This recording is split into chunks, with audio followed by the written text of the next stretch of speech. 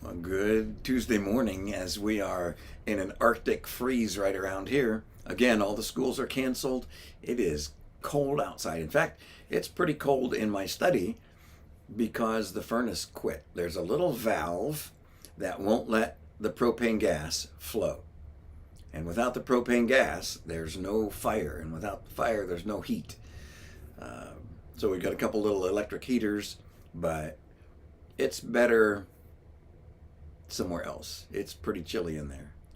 As we're looking at the letter that Paul wrote, the first one that we have, he's challenging the Christians to stay in the circumstances that you were in when you became a Christian. If you're married, don't seek to be released from your marriage. If you're single, don't seek to get married because of the distress of the age. This is not applicable to every church in every age, but it was definitely applicable then. Now he shifts his focus a little bit and he says, "But I want you to be free from concern. One who is unmarried is concerned about the things of the Lord, how he may please the Lord.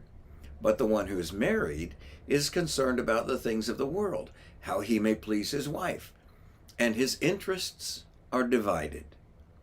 The woman who is unmarried and the virgin is concerned about the things of the Lord, that she may be holy both in body and spirit. But the one who is married is concerned about the things of the world, how she may please her husband." Now, he's not saying being married is a bad thing.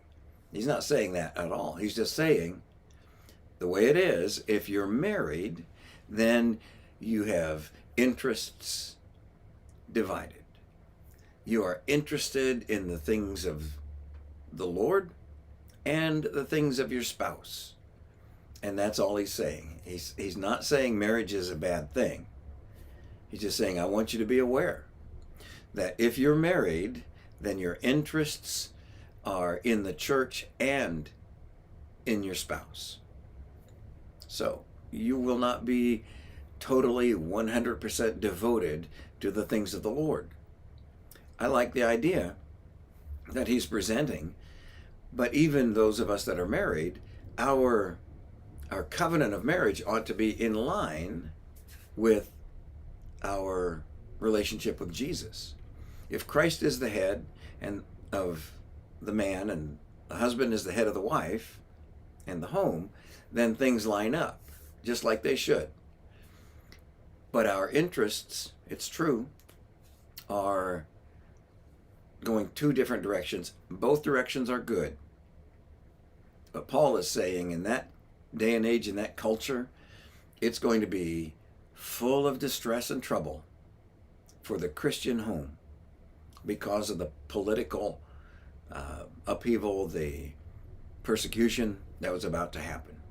So if you're married, rejoice in that marriage and cultivate your interests in your husband or your wife. If you're not married, rejoice in your singleness, at least for the time being. If you want to be married, that's fine.